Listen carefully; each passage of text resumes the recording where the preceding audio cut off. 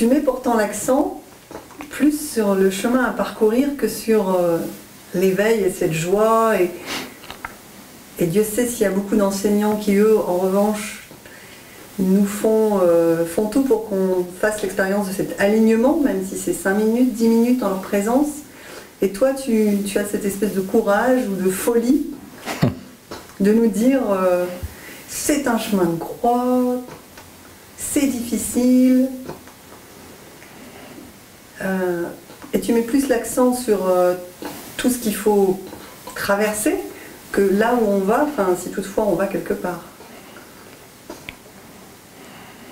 Et ma question c'est pourquoi? Pourquoi tu fais ça? J'ai été longtemps et souvent au pied des maîtres. Alors bien sûr, il y a une présence magnifique, il y a une vibration merveilleuse, et c'est important d'être en contact avec ça. Mais on peut rester des années au pied des maîtres, en contact avec cette radiance, sans pour autant être en mesure de se défaire de nos noirceurs, de notre malheur. Dans mon expérience, c'est merveilleux de goûter à cette présence, c'est important, c'est essentiel parce que cette présence est un miroir, et un miroir assez pur. Et je me souviens quand j'étais vers Osho, il y a eu un moment très particulier après l'un de ses discours où il s'est levé et il avait l'habitude de namaster les gens avec la grâce qui le caractérisait, toute l'audience, toute l'assemblée. Et il y a un moment où il s'est retourné pour quitter la salle, l'auditorium. Et dans ce moment-là, je me suis mis à pleurer et c'est comme si j'avais vu quelque chose que je connaissais tellement intimement. Un goût de maison.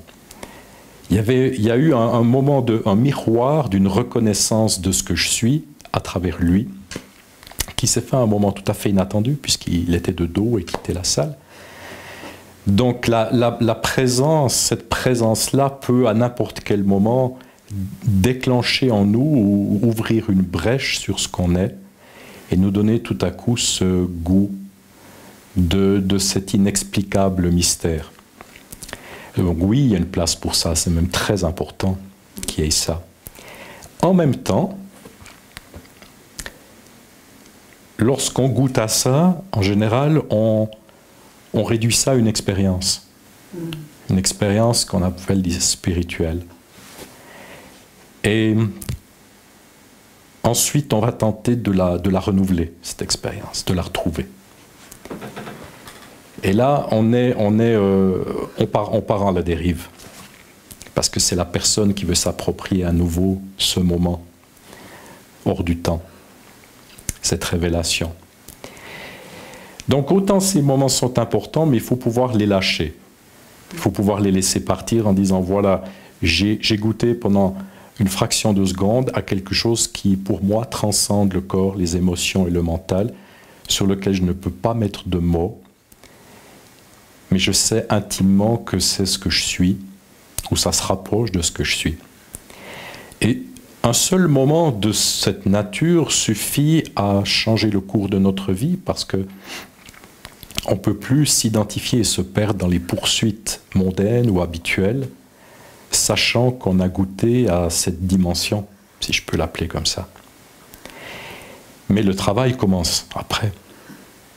Il commence après à savoir que la force de nos noirceurs, de notre malheur, de nos résistances, de notre ego sont telles qu'on ne peut pas les sous-estimer ou les mettre de côté du revers de la main en disant ben voilà, je n'ai qu'à laisser cette vraie nature se déployer en moi. Oui, on peut laisser cette vraie nature se déployer, c'est vrai, il n'y a rien à faire pour ça. Mais le problème, c'est qu'on fait tout pour ne pas la laisser se déployer. Ça veut dire que nous sommes constamment dans la lutte, dans la fuite, dans l'esquive, dans la répression, dans la non-acceptation de ce qui est en nous. Et tous ces mouvements, qu'ils soient engendrés par la peur, par la douleur, par des idées préconçues, par des croyances, des conditionnements, empêchent cet épanouissement, ce déploiement. Donc tout ce que je fais dans mon travail, ce n'est pas un chemin, ce n'est pas un cheminement, ce n'est pas un effort, ce n'est pas une technique, ce n'est même pas une approche, c'est de permettre qu'advienne cette vraie nature, de lui permettre de se déployer. Mais si on a un aigle dans une cage, il veut bien déployer ses ailes, mais s'il est dans une cage, on est obligé d'ouvrir, casser les barreaux, ouvrir la porte de la cage pour que ses ailes puissent se déployer. De même pour nous, on doit casser les barreaux de notre prison intérieure pour que cette vraie nature puisse se déployer. Et ça fait appel à des savoir-faire, à beaucoup d'intelligence, beaucoup de courage, beaucoup d'audace. Et je n'utilise pas le mot effort comme on l'utilise habituellement, parce qu'il faut redéfinir ce mot. L'effort en général est un effort physique, ou un effort mental, ou un effort de volonté. Mais quand je parle d'effort, je parle d'un effort d'une nature particulière, qui est plus de l'ordre de gagner en intelligence, d'observer, d'accueillir, de ne pas interférer. Et la grande difficulté, c'est que ce dont je parle s'aligne sur quelque chose de parfaitement naturel. Mais nous ne sommes plus naturels. En tant qu'être humain, nous ne sommes plus naturels. Ça veut dire que nous sommes tout le temps dans notre tête, tout le temps dans des luttes, tout le temps dans des répressions, tout le temps agités à l'intérieur, tout le temps en train de fuir ou de réprimer quelque chose. C'est normal, mais ce n'est pas naturel. Donc, pour revenir au naturel, on doit faire une forme d'effort qui semble un effort justement parce que nous ne sommes plus naturels. N'est-ce pas, si quelqu'un fume une cigarette, ce n'est pas naturel. Donc s'il veut arrêter, casser cette habitude, il va devoir fournir un effort. Et de la même façon, l'être humain s'est tellement éloigné de la nature que pour revenir à la nature et à sa vraie nature, il doit déployer un certain nombre d'efforts pour contrecarrer ce qui n'est pas naturel. C'est comme si on met une rivière dans des digues de béton. Pour la rendre à nouveau sauvage, on va devoir prendre sa pelle et sa pioche et son marteau-piqueur pour briser ces murs de béton, pour permettre à cette rivière de se déployer dans sa nature sauvage. Donc moi, j'aide les gens à briser ces murs intérieurs et invisibles pour permettre à leur vraie nature, à l'amour et à la vie qui sommes, de se déployer. Donc on est dans l'effort ici pour contrecarrer quelque chose qui s'est éloigné de notre nature. Si on était des êtres naturels, effectivement, on pourrait appliquer les préceptes des maîtres orientaux ou de Bouddha, qui s'adressaient à un homme très différent il y a plus de 2000 ans, qui étaient des hommes et des femmes beaucoup plus simples, moins sophistiqués, moins dans leur mental. Donc à ces gens-là, on pouvait leur dire « lâche prise, accepte ce qui est en toi, sois simplement ». Et ils étaient tellement innocents et confiants et peu sophistiqués que l'autorité du maître avait un impact sur eux et ils pouvaient mettre en pratique ces préceptes, ces enseignements, beaucoup plus facilement que nous pouvons le faire. Pour nous, on entend ces phrases, même si elles sonnent justes, on ne sait pas que faire. Il y a tellement de complications, tellement de malheurs, tellement de luttes, que même si ça résonne en nous, on a besoin d'une sorte de mode d'emploi. Et j'ai dû le trouver pour moi-même, grâce à l'aide de mes mentors. Et c'est ce mode d'emploi que j'offre. Voilà la raison pour laquelle je passe l'essentiel de mon temps et mon énergie à m'occuper de ce qui entrave le déploiement de cette vraie nature, que d'en parler. Et par ailleurs, on ne peut pas en parler. On ne peut que être ce qu'on est, avec peut-être la possibilité que quelqu'un, s'il est suffisamment ouvert et réceptif, puisse reconnaître quelque chose de lui-même à travers ce miroir. Mais on ne peut pas parler de la vraie nature. Par contre, on peut parler de ce qui l'entrave, de ce qui l'obscurcit. Est-ce qu'on peut dire, comme beaucoup de maîtres, justement, finalement, que parmi les qualités essentielles, puisque tu parles d'effort, d'un effort particulier, la patience et la persévérance, ça parle peut-être plus de persévérer, Hein, ça fait penser passer au travers quelque chose que de fournir un effort dans le sens usiné, enfin, dans le sens qu'on a à faire quelque chose. On a à tenir bon, quoi, finalement, dans cette exploration, cette aventure intérieure. À la base, il y a une intention. L'intention n'a rien à voir avec le désir. L'intention, c'est une manifestation de l'être. Le désir est souvent une manifestation de l'émotion, du mental, de la personne. Quelle est notre intention première? Quelle est l'intention qui vient au sommet de notre liste à commission? N'est-ce pas? Lorsqu'on a de façon même très fugitive le goût d'une dimension qui dépasse celle que l'on connaît habituellement, une intention peut se forger en nous de se réunifier avec ça. C'est l'intention qui est le moteur essentiel. C'est l'intention qui va faire bouger les montagnes.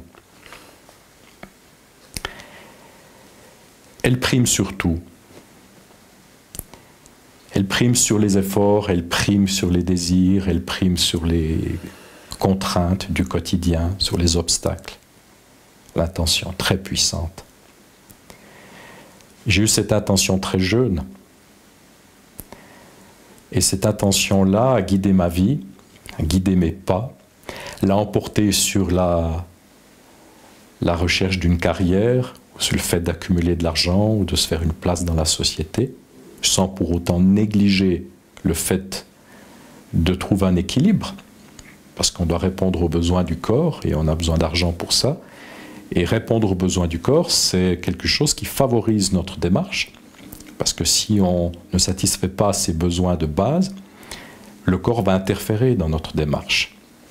Bouddha l'a bien compris, en voyant que de s'adonner à des ascèses n'était pas la voie du juste milieu, tout comme de se complaire dans le luxe, la luxure et les plaisirs. Donc on répond aux besoins du corps. Une fois qu'ils sont satisfaits, ça laisse la place pour se laisser guider par cette intention. Et lorsque l'intention première, qui est rarement formulée, est celle de découvrir ce qu'on est vraiment, ou autrement dit la vérité de ce que nous sommes. Lorsque cette intention, pour l'amener avec d'autres mots, est de réaliser l'amour, un amour qui ne soit pas émotionnel, un amour durable, profond, ou lorsque on veut découvrir ce qui subsiste quand tout disparaît, puisque tout change, nous quitte et meurt dans cette existence, cette intention-là guide nos pas, elle est soutenue par ce qu'il y a de plus profond en nous. Elle est soutenue par tous les éveillés qui, vivants ou décédés, elle est soutenue par quelque chose de très puissant. Mais cette vérité que l'on cherche à réaliser, et là j'utilise un mot, un nom, alors que cette vérité dont je parle est quelque chose d'extrêmement vivant, de puissant, de libre, de profond, est exigeante parce qu'elle nous teste pour savoir si c'est ça qu'on veut vraiment. Ou est-ce qu'on a d'autres priorités dans la vie? Ou est-ce qu'on veut suivre d'autres désirs? Et on doit faire preuve d'honnêteté envers soi-même pour ne pas réprimer des désirs sous prétexte de spiritualité ou d'évolution spirituelle, alors que notre chemin spirituel est d'aller au bout de ces désirs. Et je l'ai bien compris parce que j'ai réalisé tous mes rêves. Plus jeune, j'ai vécu 3 vies en une. J'ai fait 3 tours du monde sac à dos, j'ai piloté des avions, je faisais de la compétition de tir, de voile, j'étais instructeur de ski, j'ai eu plein de relations, de rencontres, 36 métiers. Parce que j'avais des désirs de découvrir, d'explorer, de vivre. Parce que le vécu est notre maître à tous et à toutes. C'est à travers ce vécu qu'on se révèle, c'est à travers les contraintes que se déploient nos potentialités. Donc, moi j'encourage les gens à ne pas suivre tous leurs désirs, mais à suivre ce qu'ils sentent important pour eux. Et lorsque je sentais que je voulais vivre quelque chose, c'était plus de l'ordre d'une aspiration qu'un des désirs, parce que souvent les désirs sont mentaux, et on peut tenter d'acquérir des pouvoirs ou de se manipuler pour réaliser ces désirs qui se réalisent rarement. Par contre, ce qu'on veut au plus profond de soi se réalise. Donc, notre parcours de vie n'est pas un parcours qui néglige aucune dimension de la vie. C'est de vivre sa vie sexuelle, c'est de vivre ce qu'on a envie de vivre. Si on a envie d'avoir des enfants, une famille, c'est ce qu'on doit faire, c'est ce qu'on doit vivre. Et ce n'est pas en opposition avec la spiritualité, parce que ça fait partie exactement de ce qu'on doit vivre pour se révéler à soi-même, ou pour aller au bout de certaines choses que l'on doit vivre jusqu'au bout pour pouvoir s'en détacher. Donc effectivement, le fait de vivre pleinement quelque chose nous permet ensuite, permet à cette chose de nous quitter. Et j'avais de nombreuses passions. J'avais une passion pour l'aviation qui m'a quitté, j'avais une passion pour les voyages qui m'a quitté, et petit à petit qui m'a ramené à la seule passion qui est la passion pour la vie. Pas le fait de vivre, la passion pour la vie elle-même, pour la vie que nous sommes. J'ai une passion énorme pour ça.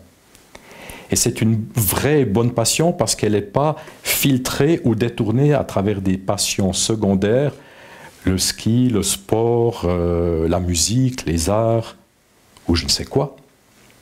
Toutes ces passions-là sont des succédanées de la vraie passion. Donc l'intention première, on doit la suivre. Et en ce sens-là, on ne doit pas se trahir. Parce que se trahir soi-même, c'est trahir ce qui nous anime au plus profond.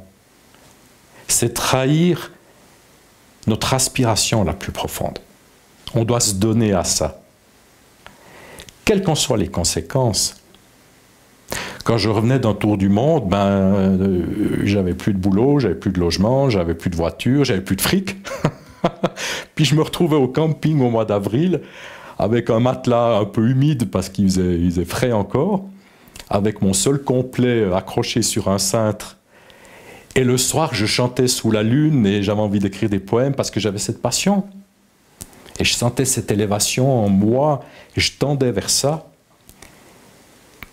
Mais tous ces mouvements d'élévation, toute cette aspiration à l'amour, toute cette aspiration à quelque chose qu'on ne peut pas nommer, finalement, ne doivent pas nous engager dans une dynamique qui nous éloigne de nous-mêmes. On ne peut pas manipuler, utiliser ces aspirations profondes, ces élans de cœur, pour se fuir. On doit s'offrir à ça. On doit s'offrir à ça. On doit s'offrir à cette vérité qui va nous tester encore, encore et encore pour savoir est-ce que c'est ça qu'on veut vraiment. Est-ce que c'est ça le gourou intérieur, hein? Alors on peut l'appeler comme ça. Le maître intérieur, le gourou intérieur. En général, on a envie de faire quelque chose de ses aspirations. On a envie de partager, on a envie de les vilipender, on a envie de s'en défaire parce que c'est presque une charge qui a un goût de doux amer ou d'aigre doux. On a de la peine à rester avec ça et s'offrir à ça. Mais cette vérité va nous tester et se trahir, c'est finalement tourner le dos à ça parce que c'est soit de faire quelque chose de ça, en pensant qu'avec cette aspiration, on va pouvoir réaliser quelque chose dans le monde, ou c'est de la trahir en lui tournant le dos. Donc chacune d'entre nous doit être totalement honnête avec lui-même, avec elle-même, pour voir qu'est-ce qui m'anime au plus profond. Et si c'est d'avoir des enfants, ou si c'est de vivre des expériences, ou d'aller voyager, il faut le faire. Parce qu'une qualité essentielle dans ce que j'appelle la vie spirituelle, c'est la totalité. Il faut être total. Pas fragmenté, pas tiède, pas gris. Il faut être total. Ça veut dire total, ça veut dire que si je sens de faire quelque chose, je ne m'arrête pas à mes peurs et à mes doutes, j'y vais. C'est la personne qui nous freine, c'est la personne qui a des doutes, c'est la personne qui dit « Oh mon Dieu, si je vais voyager autour du monde, qu'est-ce qui va m'arriver? Je peux tomber malade, je peux me faire voler, il peut m'arriver quelque chose. » Il faut aller avec cet élan, il faut le suivre, il faut l'honorer, parce que cette totalité est libératrice. Cette totalité permet finalement de se défaire d'un certain nombre de choses naturellement. Alors que souvent dans les milieux spirituels, on veut se défaire de désirs ou de choses parce qu'on pense qu'ils font obstacle à la réalisation de notre vraie nature. C'est l'inverse qui est juste. Allez vivre à fond votre truc, à fond. Et quand c'est pleinement vécu, bien vécu, ça nous quitte naturellement et on est enrichi. On est enrichi. C'est pour ça que j'ai eu la chance et j'ai pu me donner la chance de vivre mes rêves à fond. À fond ne veut pas dire inconsciemment. Ça ne veut pas dire se jeter tel baissé et se perdre dans ce qu'on fait ou devenir bête ou devenir inconscient. C'est pas à fond ne veut pas dire je deviens inconscient. Je vais à fond consciemment. Je suis ce que je sens au plus profond consciemment. Et lorsqu'on honore cette vérité qui nous guide, parfois elle nous emmène sur des chemins tortueux parce que c'est exactement ça qu'on a besoin de vivre. Suivre ce qu'on sent au plus profond ne veut pas dire qu'on va chaque fois être dans le juste par rapport au confort et à la sécurité. Suivre ce qu'on sent au plus profond signifie parfois que ça va peut-être nous amener dans des galères pas possibles, mais c'est exactement ces galères qu'on a besoin de vivre pour nous éveiller à nous-mêmes. Donc suivre ce qu'on sent, on peut faire confiance même si ça nous amène à des difficultés parce qu'on a suivi quelque chose qui est profond en nous et ça ne nous trompe jamais. Même si temporairement ça nous amène dans des situations que la personne aurait voulu éviter pour rester dans sa zone de confort. Donc suivre ce qu'on sent au plus profond, c'est suivre ce qu'on appelle le gourou intérieur. Il faut veiller à ce que ce ne soit pas une voix de la tête, il faut le sentir, parfois c'est même pas formulé. On le sent dans sa chair, dans ses tripes. Et suivre cette vérité et s'offrir à elle petit à petit, c'est elle qui nous guide mieux que n'importe qui. Et lorsqu'on est en présence d'éveillés ou va au pied des maîtres pour les écouter, c'est souvent pour se renforcer dans cette aptitude à suivre ce qu'on sent au plus profond. C'est un encouragement, c'est une validation de dire « Oui, vas-y, suis ce que tu sens, c'est juste. » Parce qu'on est tous et toutes seuls, n'est-ce pas, face à soi-même.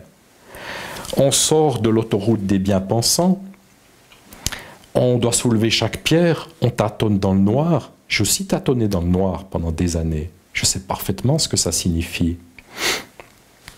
Mais quand on est mu intérieurement par cette aspiration de vérité, d'authenticité, de réel, parce qu'on en a eu un fragment, un glimpse, un clin d'œil, on se doit de se donner à ça. Parce que ça va nous obséder, ça va nous hanter, ça ne va plus nous lâcher.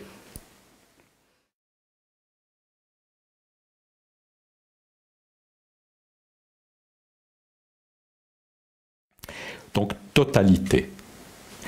Conscient, total, honorer cette aspiration qu'on a en nous, ne pas négliger ce qu'on sent devoir faire et qu'on pense aller à l'encontre de notre évolution spirituelle, mais au contraire le vivre pleinement et totalement et se donner les moyens de le faire.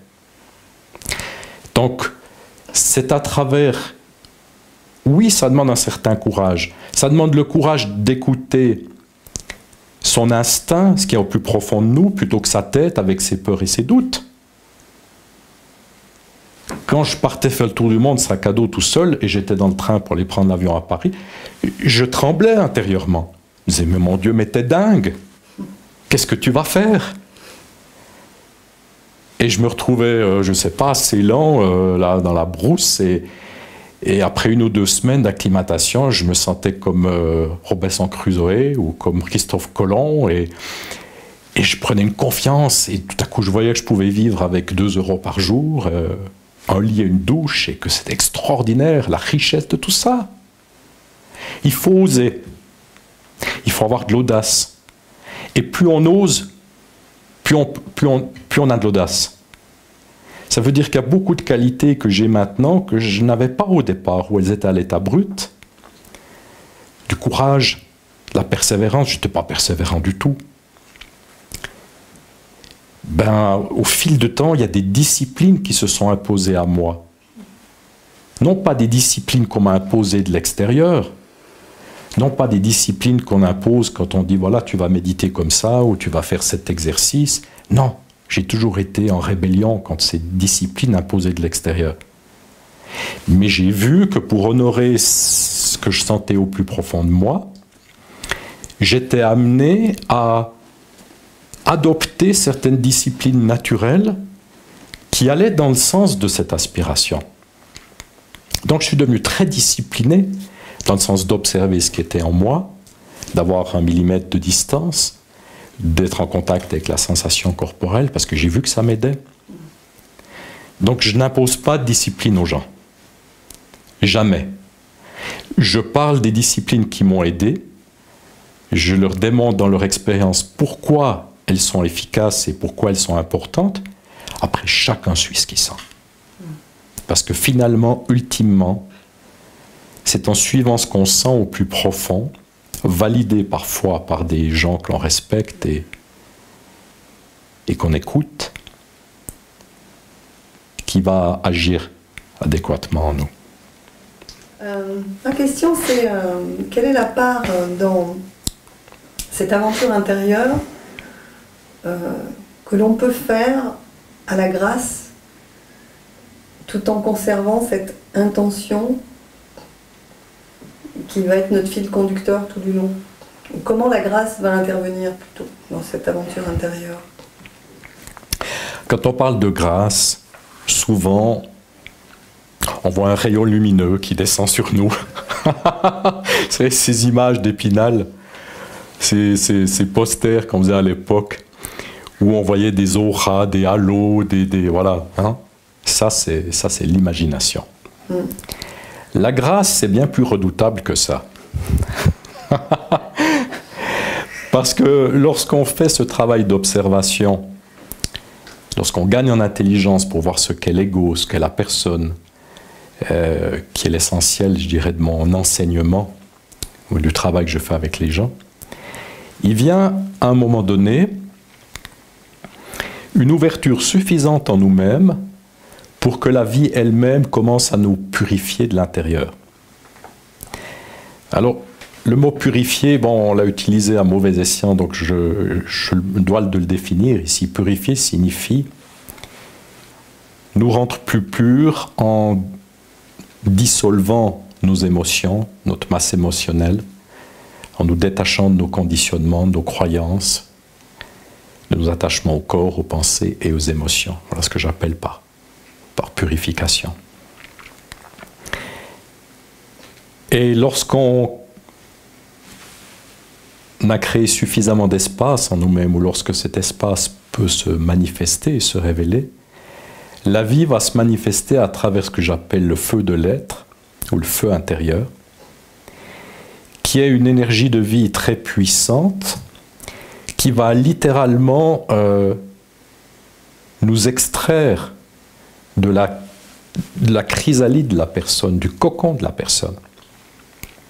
C'est un vrai travail de Karcher intérieur qui, pour décoller les croûtes qui sont sur le mur, doit avoir une puissance terrible pour que ce décrochement, ce détachement puisse se faire. Donc il vient un moment dans la démarche qui a duré pour moi environ 4 ans, mais plutôt vers la fin de la démarche. D'ailleurs, je décris les étapes que j'ai traversées dans le livre, l'aventure intérieure. Et vers la fin, lorsqu'on est moins identifié au corps, aux pensées, aux émotions, lorsqu'on a réussi à dissoudre les émotions, et je l'explique comment on le fait, parce que rien que de dire ça découle sur beaucoup d'explications, eh bien, de l'intérieur se manifeste ce feu qui est vécu dans le corps comme une sorte d'irradiation, d'insolation, exactement comme une radiothérapie pour venir à bout d'un cancer, d'une tumeur. Il y a un parallèle direct, parce qu'on est soumis à cette radiothérapie intérieure qui va littéralement brûler tout ce qui fait faux en nous, tous nos attachements à la personne, au passé, à qui on croit être. Et ce feu est perçu dans le corps de façon assez pénible, parce qu'il nous irradie 24 heures sur 24, il nous empêche de dormir, on le sent comme un feu intérieur, et on n'a plus d'ombre. Ça signifie que c'est comme si on va au soleil l'été, on adore le soleil, puis au bout d'un moment, on a envie de se mettre à l'ombre. Mais intérieurement, on ne peut plus se mettre à l'ombre. On est soumis à ce feu qui va littéralement consumer ce qui est faux en nous. Et on va résister, on va avoir peur, parce que cette dissolution ou cette combustion anéantit qui on croit être, anéantit tous nos repères, basés sur le passé, basés sur nos vieilles peines, basés sur tous les contractions qu'on a exercées enfant pour échapper à ce qui était douloureux. Donc, on fait une sorte de voyage dans le temps, à savoir que le temps accumulé en nous se déploie, se libère, et c'est comme si on remontait dans le temps jusqu'au moment premier où l'ignorance de nous-mêmes a commencé à s'identifier à toutes sortes de choses qui ne sont pas notre vraie nature. Et ce feu est une grâce. Parce que sans ce feu, on n'arriverait pas à se détacher. Mais en même temps, alors il est à la fois une bénédiction, parce que sans lui, on ne ferait jamais les pas, et on ne saurait même pas comment les faire, parce que ce feu nous dissout, et cette dissolution, on la vit en live, hein, en direct et dans notre chair, et je le décris encore une fois dans le livre, mais c'est autre chose de le vivre que de le lire, et ça dure des années. Donc c'est à la fois une bénédiction parce qu'on a l'aide de la vie pour nous détacher du faux en nous, et c'est à la fois une malédiction parce que c'est vécu douloureusement dans le corps. Alors pour moi c'était une insolation permanente, j'avais mal aux tempes, ça pénètre au plexus solaire, ça monte dans la tête, ça rayonne dans les bras. J'ai pas pu dormir sur le côté pendant 2 ans tellement j'avais mal aux épaules parce que l'énergie poussait. J'avais les nerfs grillés, les nerfs à vif. C'était 24 heures sur 24 à ce rythme avec le travail à plein temps à côté et tout le reste. Et en même temps, psychologiquement, c'est comme si je disparaissais, je mourrais, comme si je n'avais plus de maison, comme un escargot qui n'avait plus sa coquille. Je perdais tout sentiment d'appartenance. Et j'entrais dans une espèce de mystère où j'étais plus rien. Parce que le passage entre la personne qu'on croit être à l'être, pour moi, s'est fait progressivement. J'ai envie de dire rapidement et intensément, mais malgré tout, il a fallu plusieurs années. Et ce sont des années très éprouvantes, parce que je ne savais pas où j'allais, je ne savais pas ce qui m'arrivait. Donc quand on le vit, je jurais comme un païen, hein. Je maudissais ce feu, je maudissais ce processus, je maudissais cette transformation intérieure. J'ai brisé 2-3 serrures et portes ici à force de les claquer, parce que j'étais pris par quelque chose, un soleil à l'intérieur. Et en même temps, c'est une bénédiction, parce que sans ça, ça ne se passe pas. Donc c'est cette ouverture finalement à soi qui petit à petit a permis à ce qui était derrière de se manifester. Et une fois que tout est dissous, tout est consumé, une fois vraiment qu'on est à genoux, que qui on croit naître est à genoux, réduit comme une peau de chagrin à presque rien, et qu'on s'offre à plus grand que soi, qu'on ait confiance ou pas confiance, parce qu'on n'a plus de confiance en soi, en ce faux soi. On est, voilà, qu'il y ait confiance ou pas, on est, et de toute façon ça se passe en nous. C'est tellement poignant, c'est tellement intense, c'est tellement... ça dépasse tout ce qu'on peut imaginer. Et quand Guillaumet s'est écrasé dans les Andes et qu'il a réussi à survivre, et qu'il a rencontré Saint-Exupéry, il lui a dit, tu sais Tonio, ce que j'ai fait, aucune bête ne l'aurait fait. Eh bien, je peux vous dire que ce que j'ai fait, aucune bête ne l'aurait fait. Donc, en ce sens-là, ça a été très difficile, ardu. Osho disait, c'est bien plus difficile que de faire une licence à l'université. Parce que tout ce qu'on est, tout ce qu'on croit être, c'est comme une maison, ça repose sur plein de piliers. Alors il y a le pied du passé, le pied du souvenir, le pied des attachements, il y a les peines qui sont en nous, il y a le malheur qui est en nous, il y a tout ce qu'on a mis de côté, tout ça fait partie de notre dalle. Et ce feu, comme un karcher ou comme un marteau-piqueur, il va venir briser cette dalle, briser la dalle de notre ignorance qui s'est attachée à toutes sortes de choses, qui a accumulé des expériences, qui s'est accroché aux émotions, qui a agglutiné autour d'elle toutes sortes de choses pour être quelqu'un. Donc ce feu, c'est la radiothérapie qui vient vlam, taper sur la tumeur, faire fondre la tumeur. Et notre tumeur, alors, on y tient, comme à la prunelle de nos yeux. Et c'est la raison pour laquelle je dis le plus grand amour qu'on aura jamais, c'est pour ce qu'on est vraiment, pour notre vraie nature. Un amour encore plus grand que celui qu'on a pour sa femme, ses enfants ou son mari.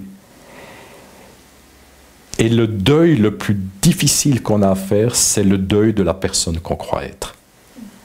Parce que tout de nous-mêmes disparaît. On vit vraiment une mort psychologique qui ne s'est pas fait dans l'espace d'une nuit. Hein. J'aurais voulu que ça se passe dans l'espace d'une nuit. Mais ça a pris des années. Et je ne savais plus où j'allais. J'étais des fois en ville, je ne savais plus où j'étais. J'avais plus de repères, j'étais désorienté. Par moments, j'ai des crises de panique face à ce mystère qui m'envahissait, qui me pénétrait de l'intérieur et dans lequel il n'y avait plus qu'une conscience vigilante, mais qui n'est rien à proprement parler, qui n'a pas d'attribut, qui n'a pas de couleur. Et ce passage de la personne à l'être, on a vraiment le cul entre deux chaises pendant un certain temps, qui varie selon les personnes, est extrêmement bouleversant pour notre petite psychologie. C'est vraiment ardu. Je sais qu'on n'aime pas entendre ça. Je sais qu'on n'aime pas l'entendre. Je sais qu'on aime dire, mais non, il y a des éveils spontanés, il n'y a pas besoin de faire d'efforts, ça vient tout seul. Oui, ça se produit. Je soupçonne d'ailleurs que les êtres qui ont des éveils spontanés et durables, hein, parce que je parle d'éveil quand c'est irréversible, et non pas des percées dans l'être, je soupçonne que c'est l'intelligence, ces intelligences-là, à travers de nombreuses récurrences, réincarnations, ont fait le travail. Et Osho lui-même disait que dans sa dernière vie, il était tout près de la fin. Et que dans cette vie, il lui a fallu encore 25 ans pour y arriver. Ça signifie que ça ne se fait pas dans l'espace d'une seule vie. Mais si je parle de ça, je suis obligé de dire qu'il n'y a rien de personnel qui se réincarne. Ce n'est pas la personne. C'est l'intelligence de vie qui a vécu d'innombrables vies. Mais il n'y a rien de personnel. Parce que l'intelligence que l'on est, que j'appelle la vraie nature, elle n'a pas d'attributs, elle n'a pas de caractéristiques personnelles, de personnification. Donc cette intelligence-là, à travers de nombreuses récurrences, devient encore plus intelligente, parce que c'est le but de tous ces cycles de mort et de naissance, c'est gagner en intelligence. Diminuer l'ignorance pour gagner en intelligence. Ça veut dire quoi, gagner en intelligence? Ça veut dire devenir de plus en plus conscient de ce que l'on est. Et l'ignorance est tellement forte, c'est l'ignorance qui se réincarne véritablement et qui chaque fois veut vivre sa vie ignorante de personne. Mais toutes les épreuves, tout ce qui arrive finalement sont là pour nous rendre plus intelligents. Alors, bien sûr, quand des parents perdent leur enfant, on se dit c'est pas l'œuvre de Dieu, c'est pas l'œuvre du divin. On a beaucoup de peine à accepter que Dieu soit derrière les horreurs qu'il y a dans ce monde. D'ailleurs, à ce propos, c'est pour ça que la religion a dû inventer le diable. Parce que ça leur a posé un immense problème aux religieux, de dire, attends, un Dieu de bonté et d'amour, comment est-ce qu'il peut retirer un enfant à sa mère? Comment est-ce qu'il peut mettre 6 millions et 11 millions de personnes, 6 millions de juifs et les autres, dans des camps de concentration? Mais tout est l'œuvre de Dieu. Dieu est derrière tout ça. Dieu, il n'a cure des formes de vie. Chaque jour, il y a des milliers de formes de vie qui disparaissent, parce qu'il sait que la vie ne meurt pas. Les formes de vie meurent. Ce que vous voyez dans l'existence, moi y compris, ce n'est qu'une forme de vie. Le seul endroit où se trouve la vie, il est dans le corps de celui ou celle qui me regarde et m'écoute. Il n'y a pas de vie à l'extérieur de ce corps. Il n'y a que des formes de vie. Donc les formes de vie, elles meurent tous les jours. On va au jardin, il y a un oiseau mort, il y a une grenouille morte, n'est-ce pas?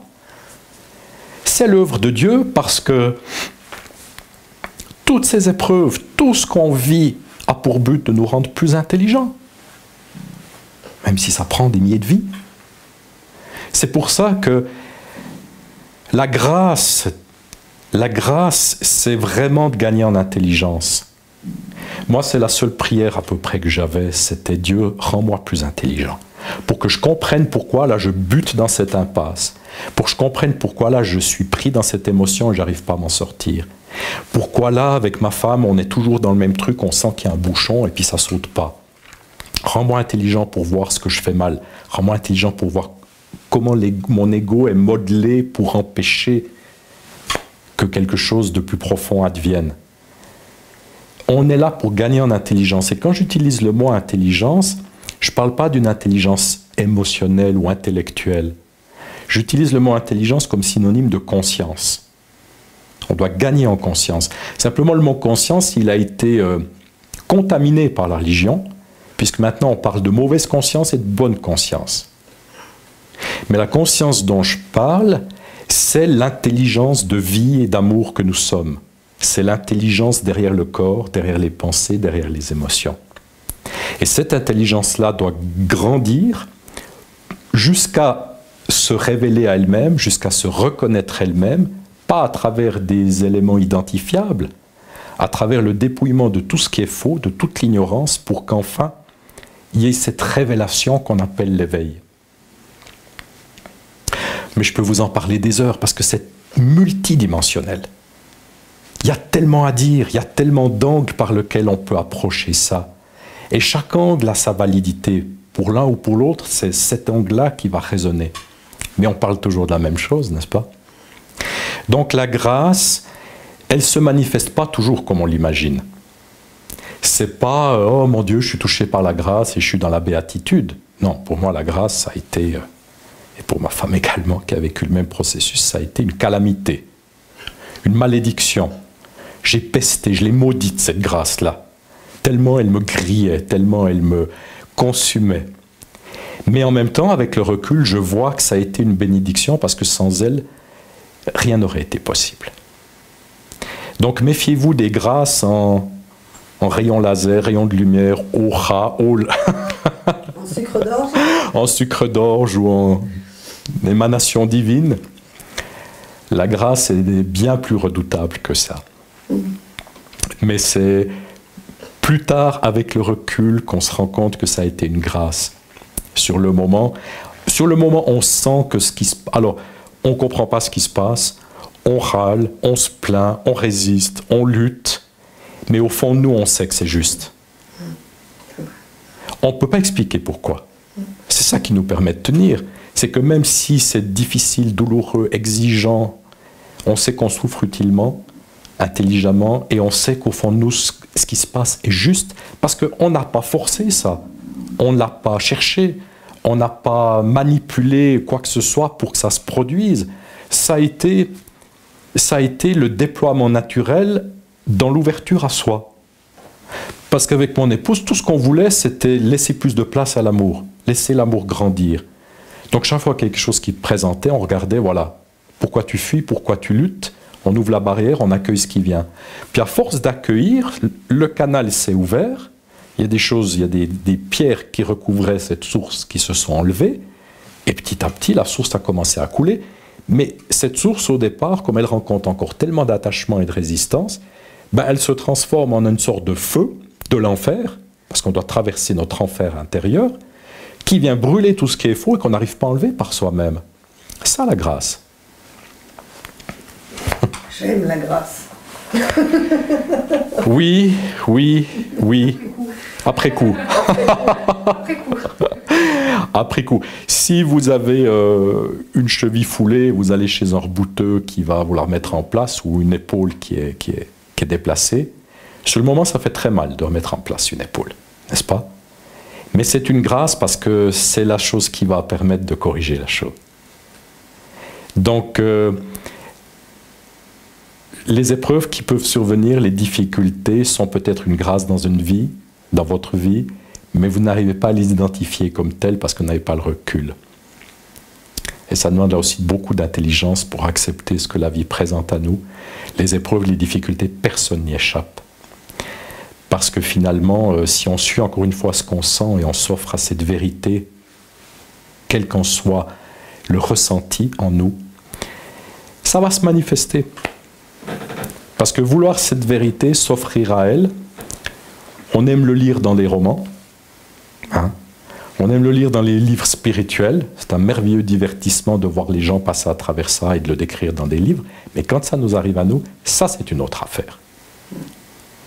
Et il faut avoir ce courage-là de s'offrir à plus grand que soi, de s'offrir à cette grâce qui se révèle être quelque chose de puissant et d'effrayant, plutôt que le lire. Il ne faut pas se divertir de ces histoires-là. Ils ne sont pas là pour se divertir. C'est pour ça que je parle peu de ces choses, parce que ça attise et nourrit la curiosité des gens, mais on n'est pas là pour se nourrir des témoignages et des histoires de ceux qui ont passé par là. On est là pour le vivre soi-même, pour le traverser soi-même. À moins qu'on soit en quête d'un divertissement spirituel, ou à moins qu'on soit en quête d'un baume, d'une forme de miel. Beaucoup de gens ne sont pas du tout prêts pour ce travail. Ils ne sont pas du tout prêts à faire face à ce qui est en eux-mêmes, à être honnêtes avec eux-mêmes, à accueillir ce qui est en eux-mêmes. Tout ce qu'ils veulent, c'est échapper à leur souffrance, échapper à leur malheur, en se tournant vers une forme de spiritualité qui caresse dans le sens du poil, qui est perçue comme un peu de bon dans leur vie difficile, un peu de miel, voilà, prendre une cuillère de miel, parce qu'on a mal au cou. C'est une forme de fuite, bien sûr. On utilise la spiritualité pour échapper à ce qui est en soi. Énormément de gens partent dans des techniques, dans la méditation, vont voir des maîtres, vont être pour des éveillés, non pas pour acquérir les savoir-faire, pour être honnête, pour voir ce qui est en eux-mêmes et ce qui vient en eux-mêmes, mais simplement pour voir un peu de bon qui les aide à vivre le quotidien et à vivre avec eux-mêmes. Alors il y a une place pour ça, mais il faut être honnête. Ce ne sont pas les gens que j'attire. Parce qu'avec moi, j'entre tout de suite dans le travail. Et si quelqu'un vient juste rechercher la confirmation de ses croyances spirituelles ou croyances religieuses, ou de sa culture au niveau religieux ou je ne sais quoi, je suis pas le type qu'il faut pour eux. Moi, je travaille avec des gens qui ont compris que la quête spirituelle était une perte de temps, parce que ça se fait dans l'imaginaire, et qui sont prêts à ouvrir les portes de l'ego pour accueillir ce qui est en eux, à faire face à ce qui est douloureux, apeurant, inconnu, puissant. Et je les aide dans cette démarche-là qui est pour moi l'aventure intérieure, qui est de creuser en soi. Et j'ai la chance de trouver mon public en France et en Belgique. Parce qu'ici, en Suisse, j'ai connu plus de 20 ans d'un succès total. Et ce talent ou cet art que je déploie, il s'est manifesté finalement après 50 ans de vie. Ça veut dire qu'il m'a fallu plus de 50 ans pour pouvoir reconnaître ce talent-là et pouvoir l'utiliser. J'ai dû le forger, hein. Quand je vois des talents qui chantent là, à 12 à 16 ans comme des dieux, je me dis, moi j'ai dû attendre plus de 50 ans pour que ce talent que je pressentais, qui s'est manifesté à travers diverses activités, finalement atteigne sa maturité pour pouvoir être utile. Et plus l'art est profond, plus l'art est difficile, plus il faut de temps. Donc je suis privilégié d'avoir des gens, notamment en France et en Belgique, qui sont demandeurs, qui sont ouverts, qui viennent avec honnêteté, avec engagement et qui sont merveilleux dans leur ouverture, dans leur façon de communiquer, dans leur simplicité. Et c'est un privilège pour moi et une responsabilité, parce que je ne vois pas ce succès, entre guillemets, comme un succès, je le vois comme une grande responsabilité d'accompagner chacun au mieux vers ce qui est vrai.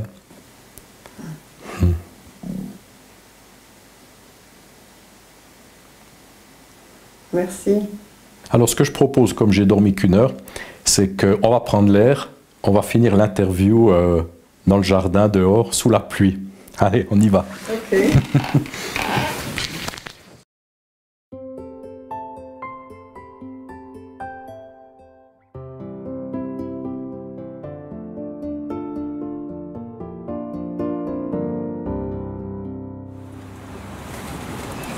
La question que je veux te poser maintenant, c'est est-ce que dans cette quête de vouloir devenir une meilleure personne, pour atteindre l'éveil, il n'y a pas un leurre?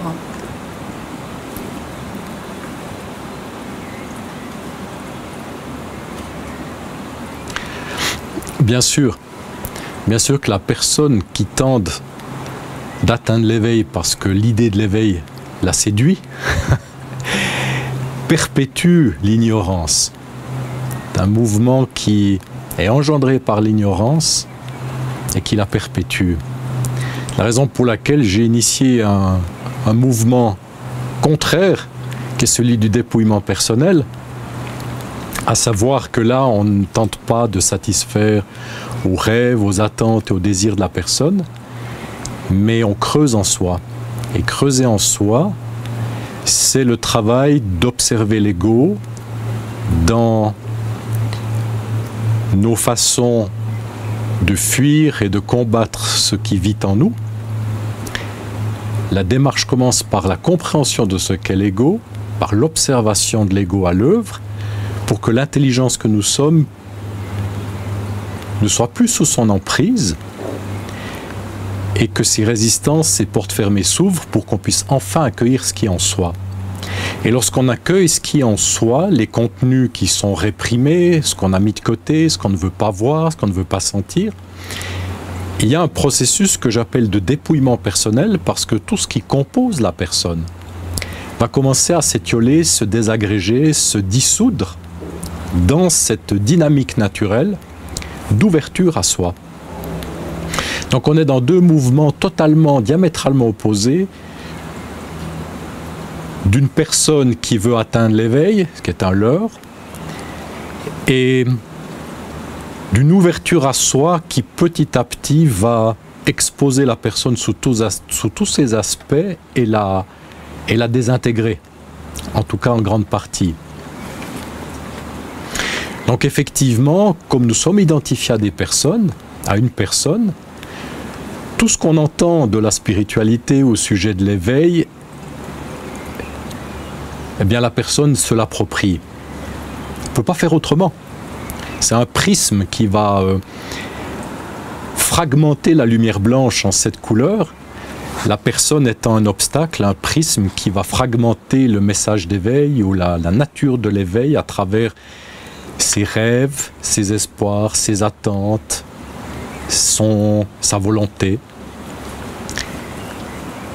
Et la quête spirituelle fait partie de ce mouvement.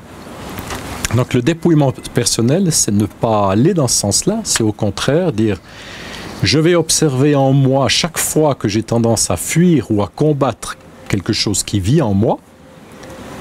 C'est vraiment une attitude d'ouverture à soi, d'ouverture à son ressenti, à ce qui se manifeste dans sa perception dans le corps physique.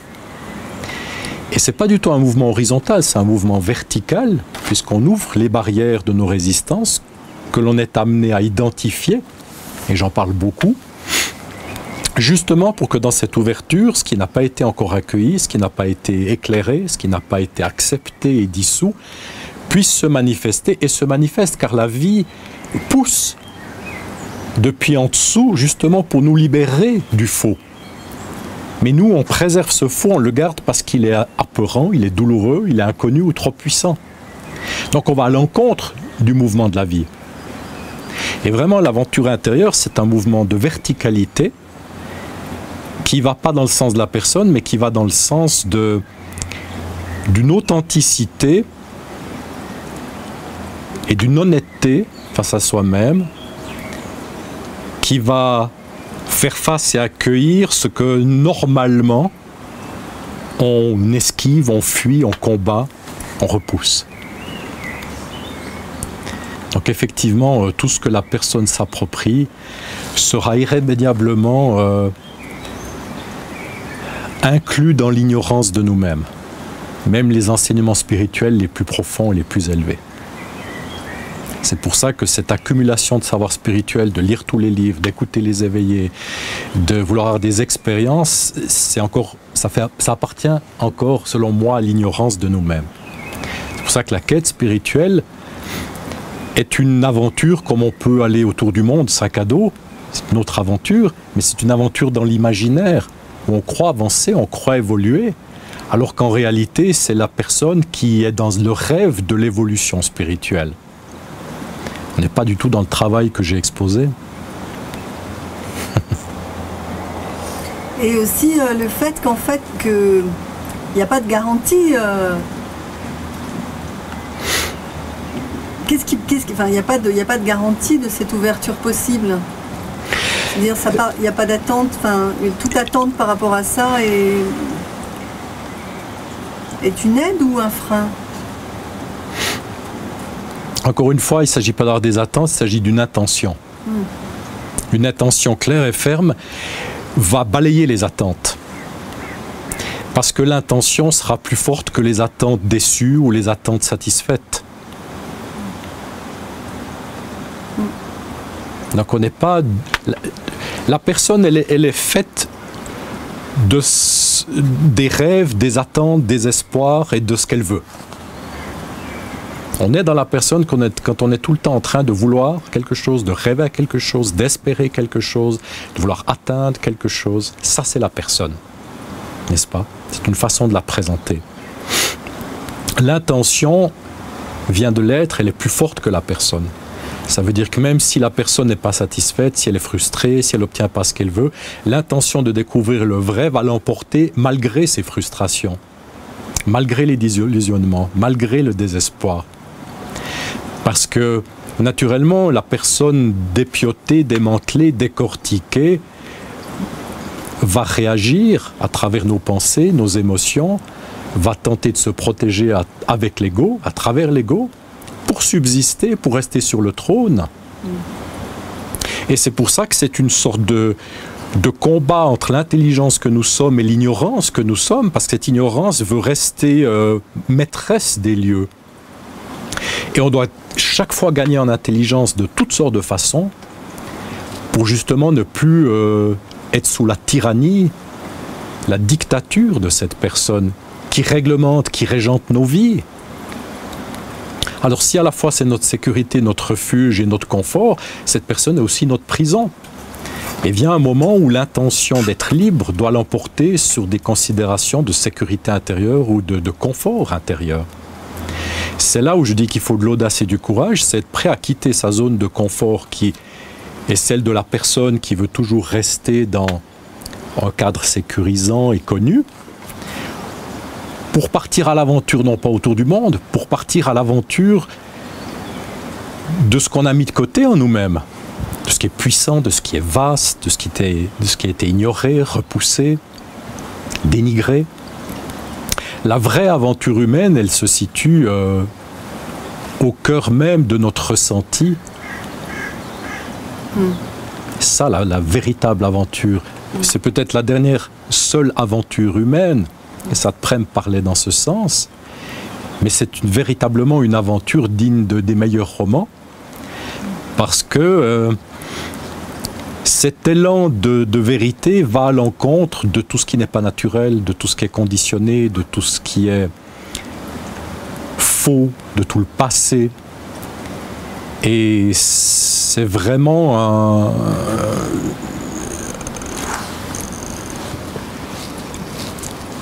un mouvement qui s'oppose à cette aspiration de vérité. C'est l'image connue du saumon qui doit faire des efforts avec des grands coups de rein et de queue pour pouvoir remonter les rapides, pour aller frayer à la source.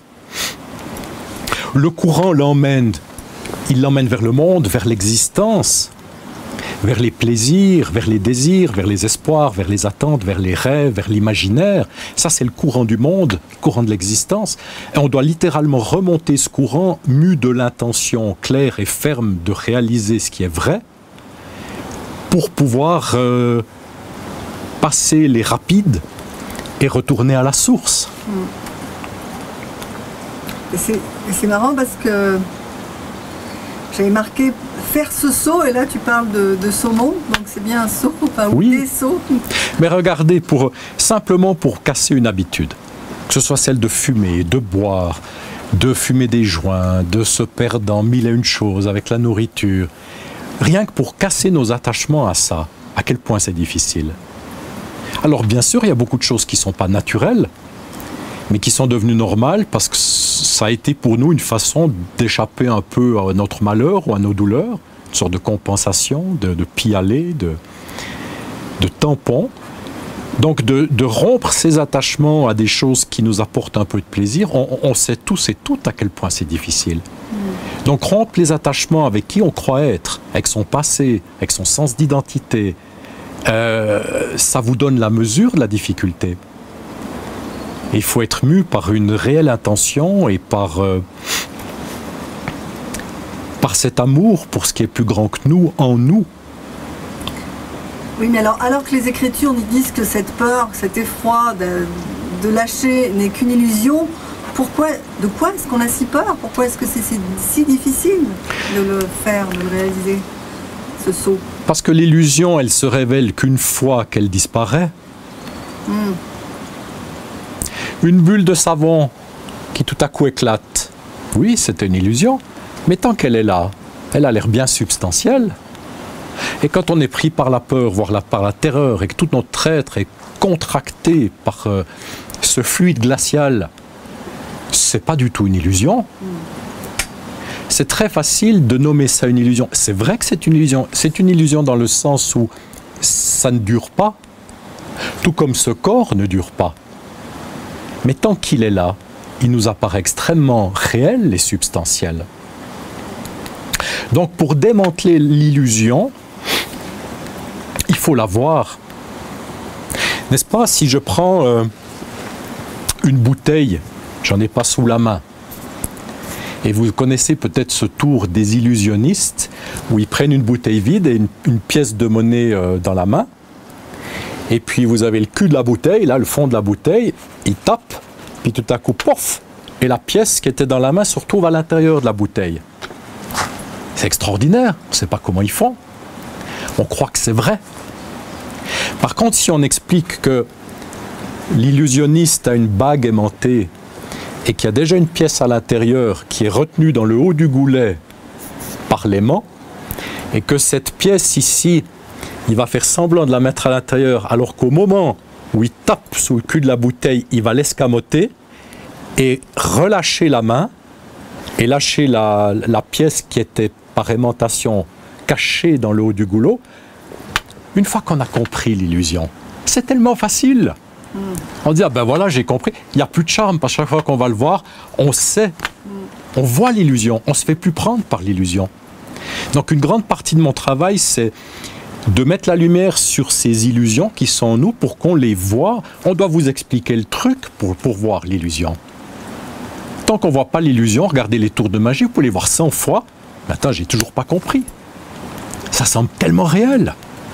Donc, je parle de l'ego. Qu'est-ce que c'est l'ego? Quelles sont ses manifestations? Qu'est-ce que la personne? Comment est-ce qu'on les déjoue? Comment on accueille les contenus qui sont enfin libérés?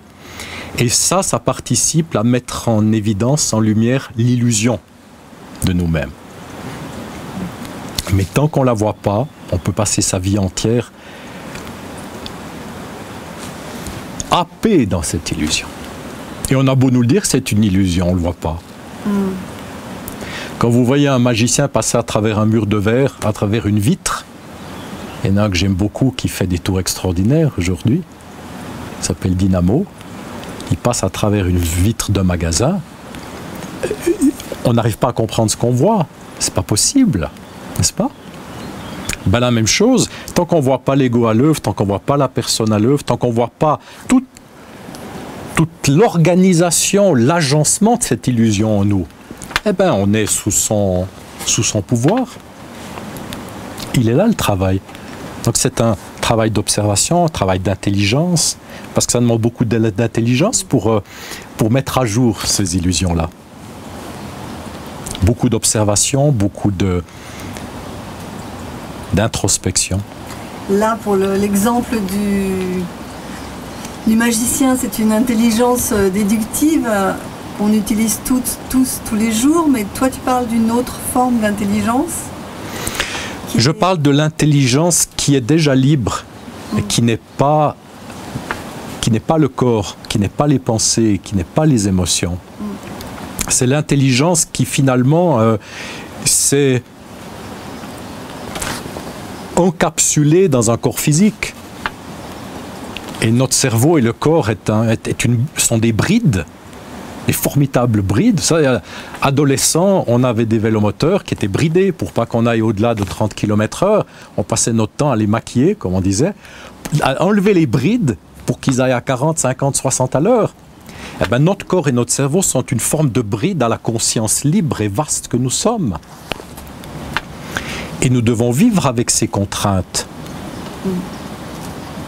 Donc on parle ici d'une forme de, oui, on doit se débrider de toutes sortes de limitations auxquelles nous acquiesçons, auxquelles nous sommes complices. Et c'est le petit gamin, le petit garçon, une petite fille qui est sur un muret, et puis sa mère lui dit « Oh, surtout pas là-dessus, tu vas tomber », et qui lui instille la peur. Et on est tellement identifié à ces peurs, à ces limites, qu'on doit s'affranchir de ces limites petit à petit pour voler dans le ciel de l'être, comme je dis, pour réaliser ce ciel. Alors il y a des limitations physiques avec le cerveau, mais il y a les limitations qui sont le fait de toute l'ignorance humaine, celle de nos parents, de nos professeurs, de toute la société. Et un enfant qui naît est bien plus intelligent que toute la société, mais on le rend bête à quelque part, on le bride. On le bride dès le départ pour le formater, et après il va devoir se débrider, dans le sens d'enlever les brides, enlever ce qui freine, pour renouer avec l'intelligence profonde, vaste, avec la connaissance de soi qui est déjà présente derrière. On est tous et toutes dans cette aventure. Quel que soit le degré, qu'on soit dans le spirituel ou pas, on est tous et toutes embarqués là-dedans. Personne n'échappe à ça.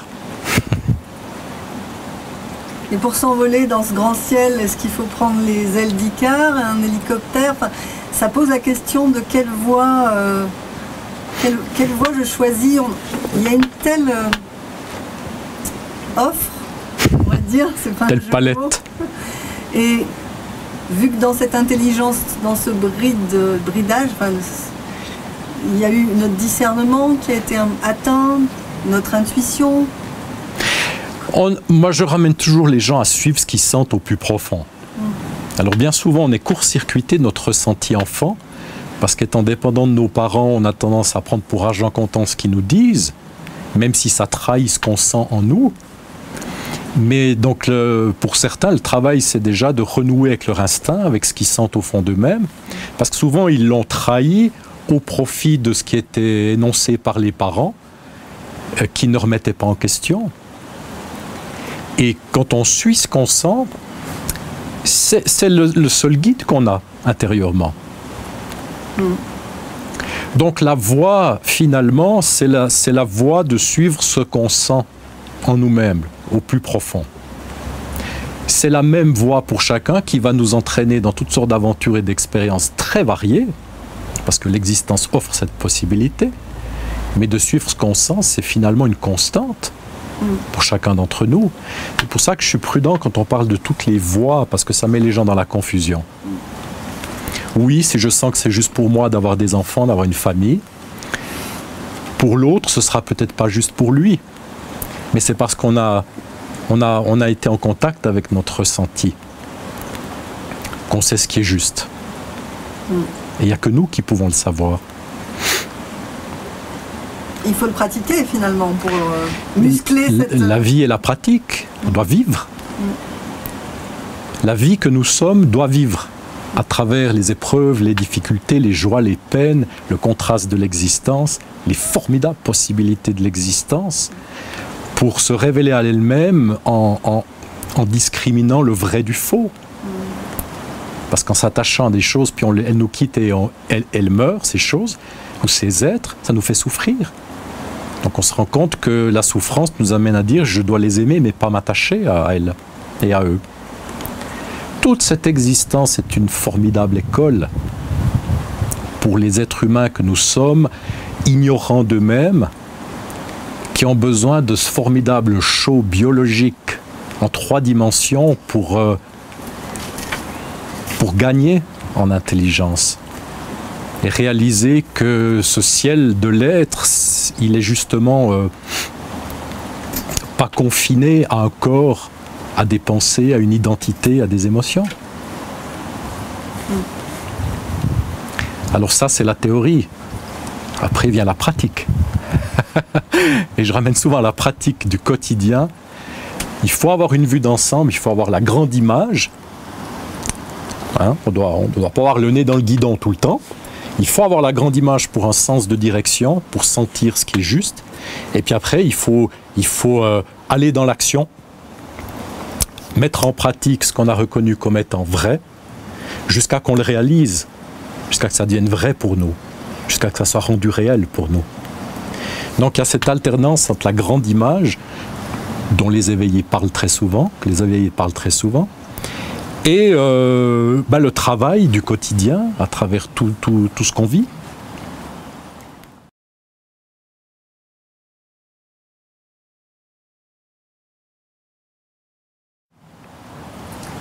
Tu dis dans ton livre que, c'est pas une question qui est là-dessus, mais elle me vient, que la dernière chose qui nous est demandée de lâcher, c'est la volonté.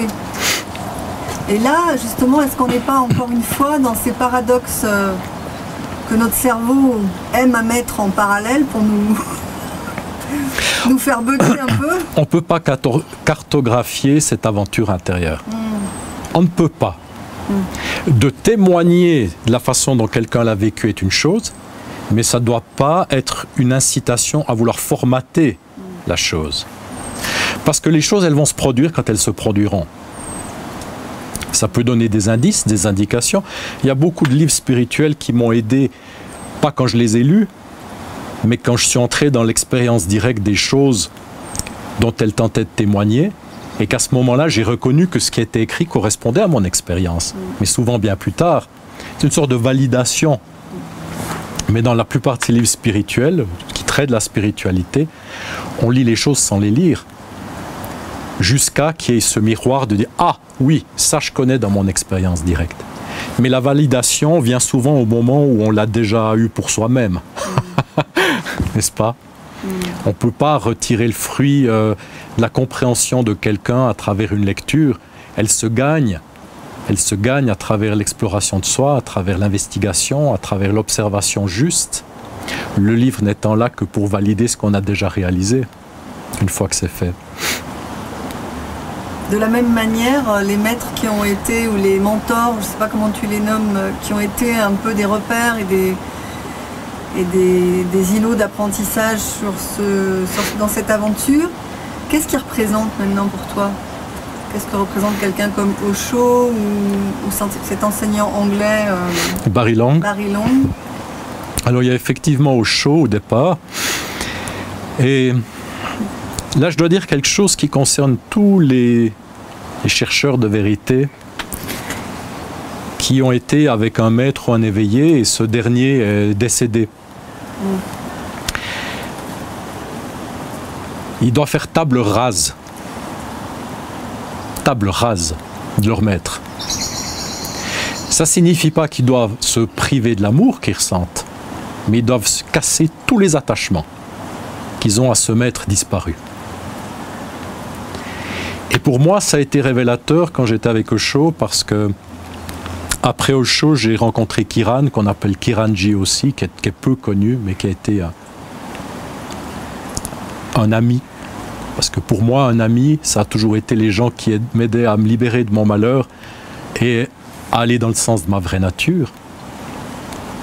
Mais Kiran, la première chose qu'il a fait, il m'a nettoyé d'Osho.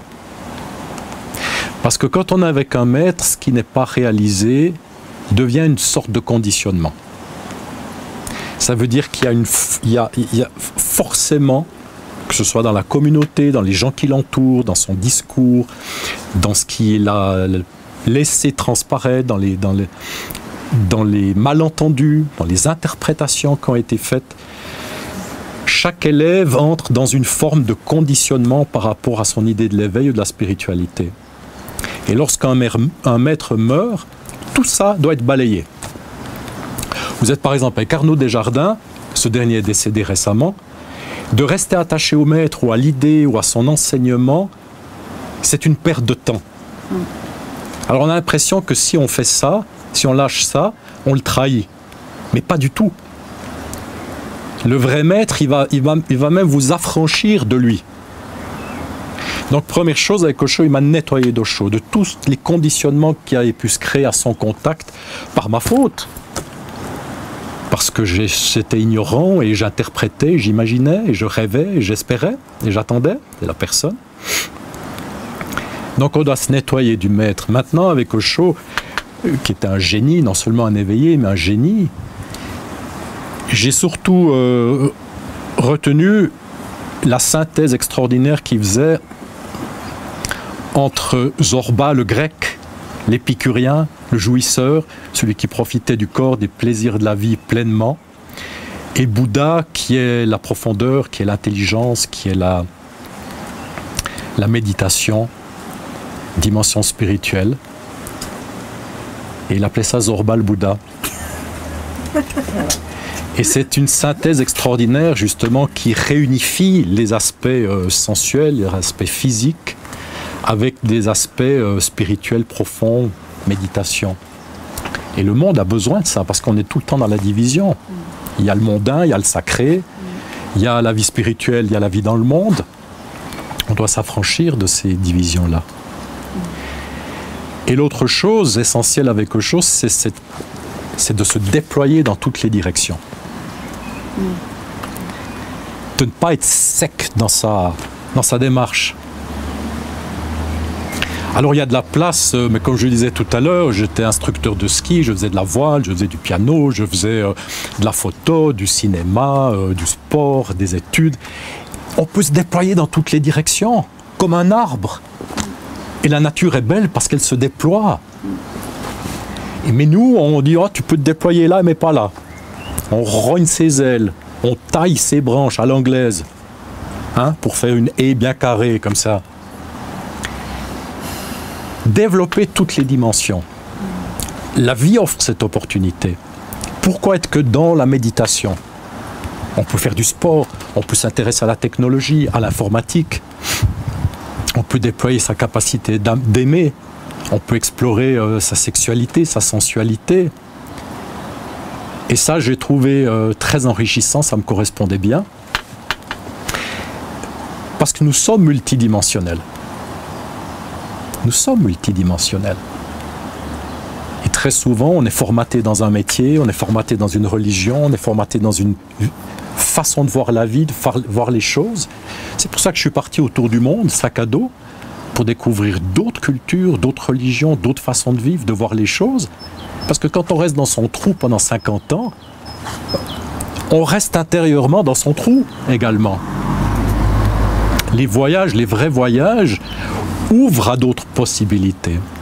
Et nous sommes multidimensionnels, nous avons beaucoup de talents, beaucoup de compétences. J'ai fait 36 métiers, vraiment 36. Et on se rend compte qu'on a un potentiel extraordinaire. Donc Osho, ça a été ça a été des enseignements qui dépassent ce que j'indique ici. Ça a été surtout une présence. Un homme merveilleux, présence extraordinaire, un génie. Et ce qui reste, c'est l'amour que j'ai pour lui. Pas pour la personne, pas pour le corps, mais pour cette dimension qui n'a pas de nom et que nous sommes. Je ne suis pas séparé de lui.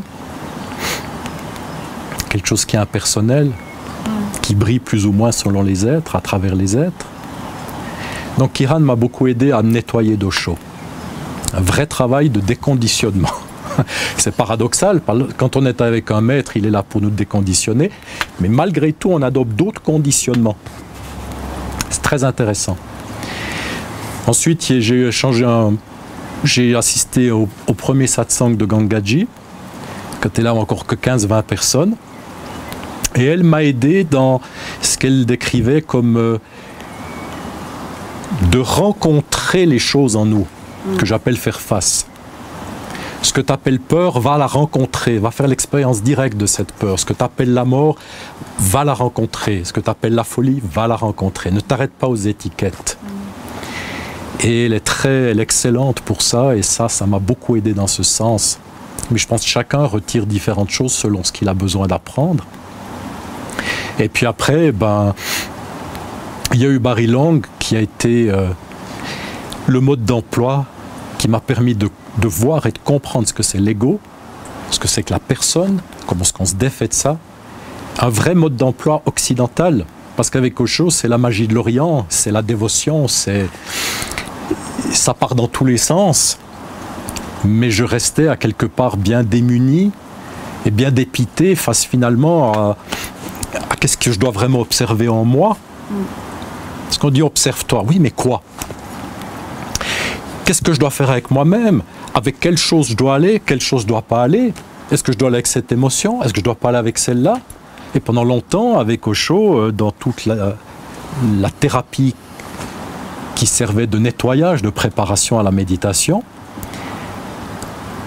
j'avais l'impression, on favorisait le fait d'aller toujours dans ses émotions, dans ses émotions, dans ses émotions, comme si d'aller au bout de ses émotions, il y avait une sorte de trappe tout au fond qui nous ferait émerger dans une autre dimension. Ce n'est pas le cas. On nourrit l'émotion et elle ne cesse de croître.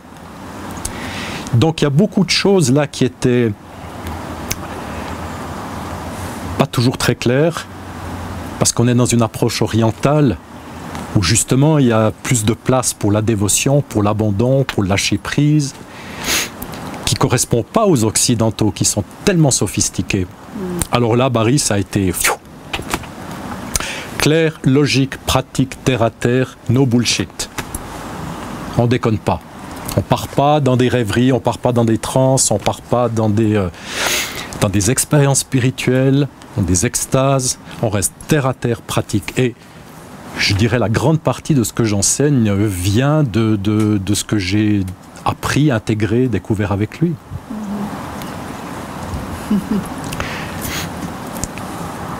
Et tous ces êtres ont été mes amis. Je n'ai pas été un ami pour eux, mais ils ont été mes amis dans le sens qu'ils m'ont aidé à me défaire de ma souffrance, de mon malheur et à réaliser ma vraie nature. La plupart sont morts maintenant. Et il faut aller les voir. Il faut bouger son cul de sa torpeur, de sa lâcheté, de ses doutes, ses remises à plus tard, ses procrastinations, et y aller. Ça, quand je dis, il faut être total.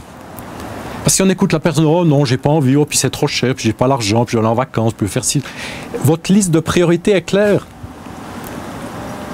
Et moi, j'ai consacré une grande partie de mon argent jusqu'à l'âge de 40-45 ans. J'allais voir en Australie, je dépensais mon argent, grande partie pour ça. Ça me coûtait aussi. Mais au bout d'un moment, il faut savoir ce qu'on veut. Et si vous avez besoin de réparer votre ordinateur, vous allez chez qui? Vous n'allez pas chez le boulanger ou chez le mécanicien d'auto. Vous allez chez un spécialiste, un informaticien. Si vous voulez voir plus clair dans vos mécanismes intérieurs, vous allez voir quelqu'un qui a la maîtrise de ces mécanismes. Vers un maître, vers un éveillé. Ils ne sont pas là pour toujours. Ça passe très vite. Donc je dis, il faut se bouger le cul, il faut aller avec ce qui est vrai en nous. Parce que la personne va dire, oh non, c'est pas confortable, j'ai pas envie, on ira plus tard, on a le temps, on trouve toutes sortes d'excuses. Puis on passe à côté. Moi, même en allant voir ces maîtres, j'ai passé à côté d'eux d'une certaine façon parce que je n'étais pas capable de voir le joyau qu'ils étaient. J'en voyais qu'une partie parce que ma vision était obscurcie. Et plus j'ai avancé, plus j'ai creusé, plus j'ai vu à quel point ils étaient extraordinaires. Maintenant, je serais capable de les apprécier à leur juste valeur, mais ils sont morts. Mais je suis quand même allé vers eux, j'ai quand même extrait beaucoup de sagesse à leur contact, j'ai écouté, j'ai mis en pratique, parce que ça c'est essentiel. Il ne faut pas aller pour accumuler du savoir, il ne faut pas aller pour comparer son savoir avec le leur. Il faut aller pour absorber cette vérité, ces mots énergétiques, cette puissance de vie et mettre en pratique. Donc voilà, il faut y aller. Il faut aller les voir. Ils sont votre meilleure aide sur le chemin. La meilleure aide. Mais quand même, pour nous donner un peu envie, une fois que cette barrière est traversée de toutes ces résistances et qu'enfin on est dans ce mûrissement spirituel au stade où on voit les choses telles qu'elles sont, est-ce que pour autant ça s'arrête là ? Là, je peux passer des heures à répondre à ça. Ça ouvre un volet sur un vaste paysage. On se demande pourquoi on le fait, quoi, quelquefois. Pourquoi ? Est-ce qu'on a le choix ? Est-ce qu'on a le choix ? Est-ce qu'à quelque part, on n'est pas mu, comme le saumon est mu pour remonter les rapides vers la source? Est-ce que nous-mêmes, nous ne sommes pas mus par une aspiration profonde qui dépasse l'intellect, la compréhension, le rationnel, vers davantage de nous-mêmes, vers plus vaste que nous-mêmes, vers plus vrai que qui on croit être? C'est le même mouvement. Il y aurait beaucoup à dire, je crois que ça fait l'objet d'un autre interview, de parler de ce que c'est de vivre depuis cette perspective éveillée, avec tous les effets secondaires, avec tout... C'est un très vaste sujet et très intéressant, mais je n'en parle peu parce que ça attise la curiosité. Et ça amène les gens à de nouveau s'imaginer. La personne va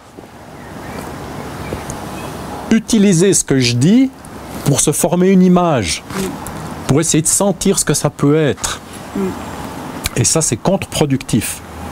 C'est pour ça que je le fais très très peu. Ça aide personne. Je préfère qu'à mon contact, les gens ressentent quelque chose, s'ouvrent à eux-mêmes, plutôt que de leur parler de l'état d'éveil et puis qui sont là à rêver, à s'imaginer ce que c'est dans leur lit le soir. Au-delà des mots, moi je ne me prétends pas éveillé. Il n'y a plus personne pour prétendre à quoi que ce soit. Il faut qu'il y ait une personne pour dire je suis éveillé. Vous m'entendrez jamais dire ça. L'éveil est la cessation de la personne, la cessation d'une prétention, la cessation d'une illusion. Donc qui va réclamer, qui va prétendre quoi que ce soit après? Si quelqu'un dit je suis éveillé, pour moi c'est clair que l'éveil ne s'est pas produit. Je préfère dire je suis retourné à mon état naturel. C'est le terme qu'utilisait Kiran. Je suis retourné à mon état naturel. Ce que j'ai toujours été, ce que je ne cesserai d'être. Le reste entre deux était un rêve, une illusion. Mais il n'y a personne pour s'éveiller. La personne, elle s'est justement effacée pour révéler ce qui était déjà éveillé.